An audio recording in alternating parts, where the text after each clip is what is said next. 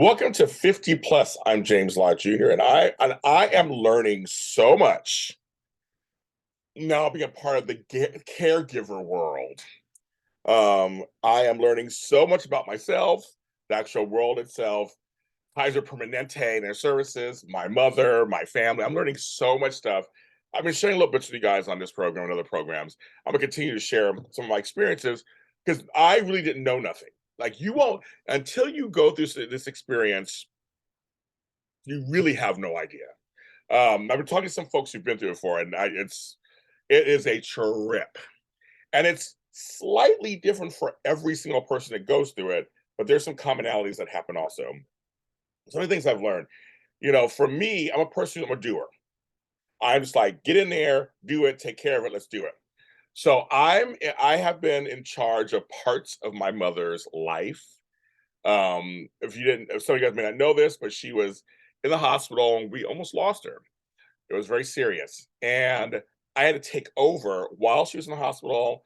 But I had also been taking over partially because we just lost my stepdad, as I was helping her out with that stuff. So, but since she went in, I really had to take over her stuff. That means her house, household, her dog, animals, bills, then my household, my stuff, my work. I mean everything. It turned everything upside down. I'm probably gonna write a book about this one because you know me, right? I always write books on stuff. That'll probably be a book. But it's turned everything upside down. So, but so it's my turn to handle everything. So I'm a former nurse, so I make sure I get that known. I'm a former nurse. And I've done some caregiving, but not as the lead, but that's somebody to help somebody out. This as a lead. And my brother and I both have been just in there together in the trenches with some friends and family here and there. We're all team lead. One of the things I just want to talk about on this that I found very interesting, I found myself in, is that I found myself in yesterday, um, a pit of despair. I'm tired. I'm emotionally tired, physically tired. I'm tired. I'm behind on everything. I can't seem to get a handle on everything. Also looking out for her. And because she is home from the hospital and she is of sound mind, she can still make decisions. We're making decisions together. She can still make decisions. I'm having to deal with that, personality issues. She's mourning her husband, something with that. And what some folks don't understand, there are cultural things. Now, when I say some folks, I say white folks. A lot of white folks understand there's certain things that people of color do that I know white folks don't do. And many don't do. I know I'm generalizing, but I'm running across it more and more. But there are some differences in culture and how we handle our elderly, our sick, all that. We do things a little differently. I'm finding out more and more. So I'm finding all that stuff out. So talking to people, I don't talk to people. I usually don't say anything to anybody. I've shared little things here and there with you guys. I don't really need to vent, but last night myself and my brother both were feeling it, just feeling it. We're bonding over just feeling just tired and resentful and angry and sad, and there's always an emotions coming out. And we're tired. There's many things we're tired. And I've been going step by step, taking care of stuff with my mom. I'm handling most of that stuff. My brother's been interjecting and helping with some stuff too. But we're going step by step for her aftercare. And I'm at the mercy of Kaiser Permanente. I'm at the mercy of my mom, at the mercy of how much money she makes or what she has and offers. And it's funny because people will offer me advice that I didn't ask for. That's what I'm learning also. Because I'm not telling my mother's business. I'm not telling all of her financial, I'm not telling all that stuff. Obviously, I'm not going to do that. But I'll let little things come out. I'll be like, I'm just so tired, blah, blah. Little things like that. And a couple people I didn't go to detail, but I just kind of vented, I'm just so tired. I'm just ready to run screaming. And those people started to ask me questions and like, well, you should be doing this. And I know it's well, I'm assuming it's well meaning. I mean, for a lot of people, it is well meaning. They just want to, they see you're upset or you're tired and they want to I thought I heard it's raining in LA, so I thought I heard rain. I was looking up to the side. It's one of my friends now ready to kill me now.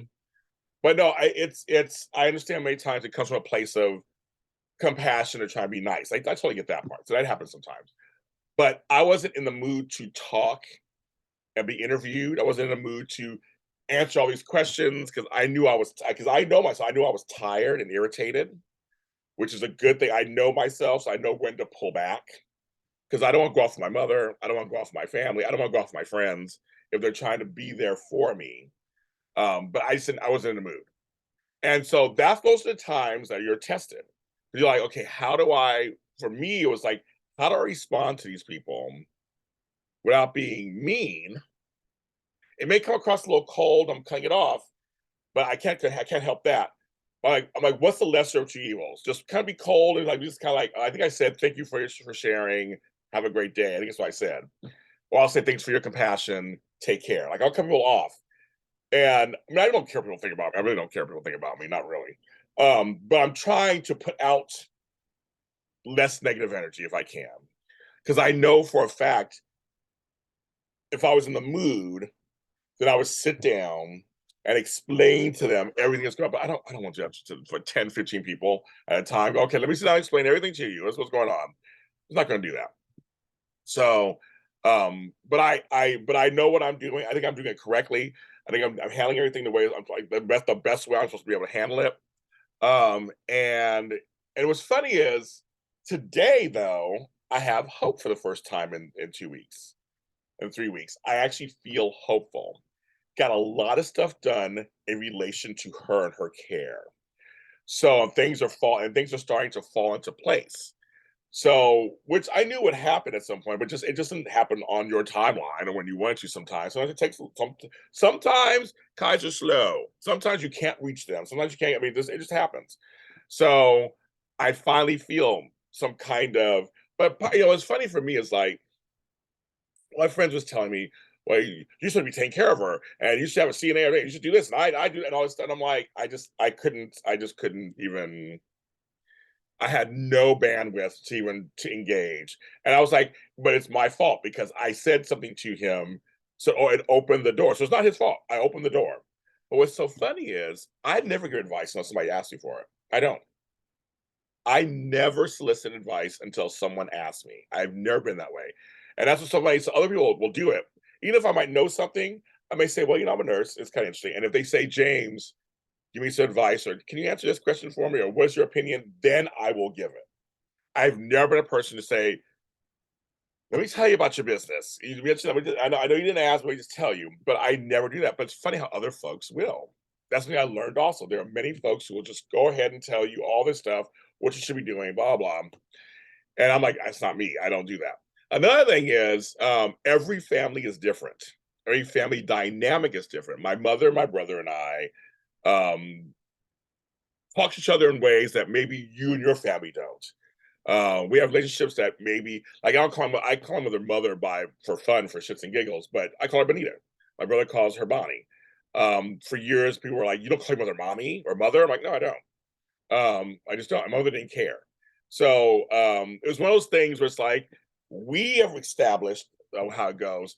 My uncles call their grandmother Mud. It's supposed to be Medea, Madeir or Maldir. It came out Mud, and it kind of a version of Mud. They're not calling her Mud, like as in mud. It's still a form of respect. She's okay with it. It's like people, as long as you have your relationship taken care of, but others will tell you, I don't like the way you said that. Or I don't like the way you talk. I'm like, okay. I just tell people, okay, that's your business. That's your right. It's not like that. Life will go on. Um, it is raining. Because again, I don't really care what you think. We're okay. Like we have it all handled the way we do it. And I had some talks with my mom where a friend of mine, who I know loves me and everything, was like, I didn't like that. I think you crossed the line. I didn't like I'm like, but I always say this also. The way I talk to this person, I wouldn't talk to this person. I have this person like the thing is, I'm a great listener and I know how to assess a room. I also know how to assess people. That's why I'm a good life coach and organizer and stuff because you don't treat everybody the same way. Clearly, there's certain things I wouldn't say. Because I have people in my life who are telling me, you should make her do this. I mean, I'm like, so a lot of people will do generalizations. Make her do this, whether she likes it or not. Well, that's not how you do that. You find out what people's strengths and weaknesses are and you work those out. For example, I bought food she's not really eating. So I'm buying food she likes that may sound appetizing, and so now she's eating that. It's like, I'm down I go to that kind of nitty-gritty, like, she likes certain soups, she likes certain crackers, she like so, to me, it's like, makes sense. Buy her soups, make her eat shake, she doesn't wanna do a shake. She's refusing, she has a right to refuse it. She's of sound mind, she can refuse it. I can't force a shake down her throat. So I try to find other things that will work. She'll have a hash brown from McDonald's. Not the most healthiest thing, but right now we gotta try to get her taste buds back to when her appetite back. So anyway, so it's kind of funny how people just like totally blow up and like you shouldn't. I'm like, oh, so again, it's about me finding ways to not be mean back and scream back and just yell and punch somebody in the face and go, okay, thank you for your concern, thank you for your compassion. I'm gonna move and I move along. And it's very interesting because I can be a total bitch. I mean, I got no problem with that. My mother's care comes first, but it's I'm learning all this stuff, and it's actually amazing. I mean, this is like it's amazing. I mean, I literally was sobbing yesterday. I was done. I was tired. I'm done. And many of you have been in this position. You know this also. You're dumb. And I just like everybody has an opinion. Everybody has something they think you should do and don't do, and everybody thinks this and that and the other. Sometimes I do take some opinions. Again, if I ask, there are some folks that I do trust and they know the whole situation, so I will talk to them or look to them. I don't know it all, and I do not purport to know it all. So I think it's been a very interesting thing. Oh, I guess that's all for today. I guess, kids, I have a lot of time. I mean, and that's the other thing. My time is just like gone, and that's why I've not been around that much, kids. I miss you guys so much. We're trying to get her to as independent as possible so I can have my life back on some level and come back to doing what I love. Because I've had to cancel many things, not do any things, and it kills me because I found my calling and I want to get back to it. But my mother comes first always, of course. I mean, my family comes first. So I mean, I will drop everything and do that. And we know that we're now in a new season where we're probably going to have to check on her regularly just for rest of her life, which is fine. I mean, we can start including that in there, and I have no problem with that. And I know those folks even there are probably like, well, why don't you live with her? Why don't you move again? And all this stuff. And it's like, feel what you want, think what you want. Obviously, and I don't care. But people do things differently. Everybody thinks differently. There's no in this case, we're not wrong and stuff.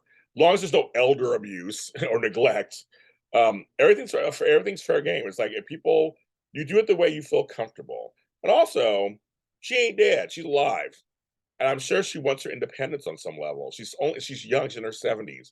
It's like we're gonna encourage her to have her independence as much as possible, and live her life.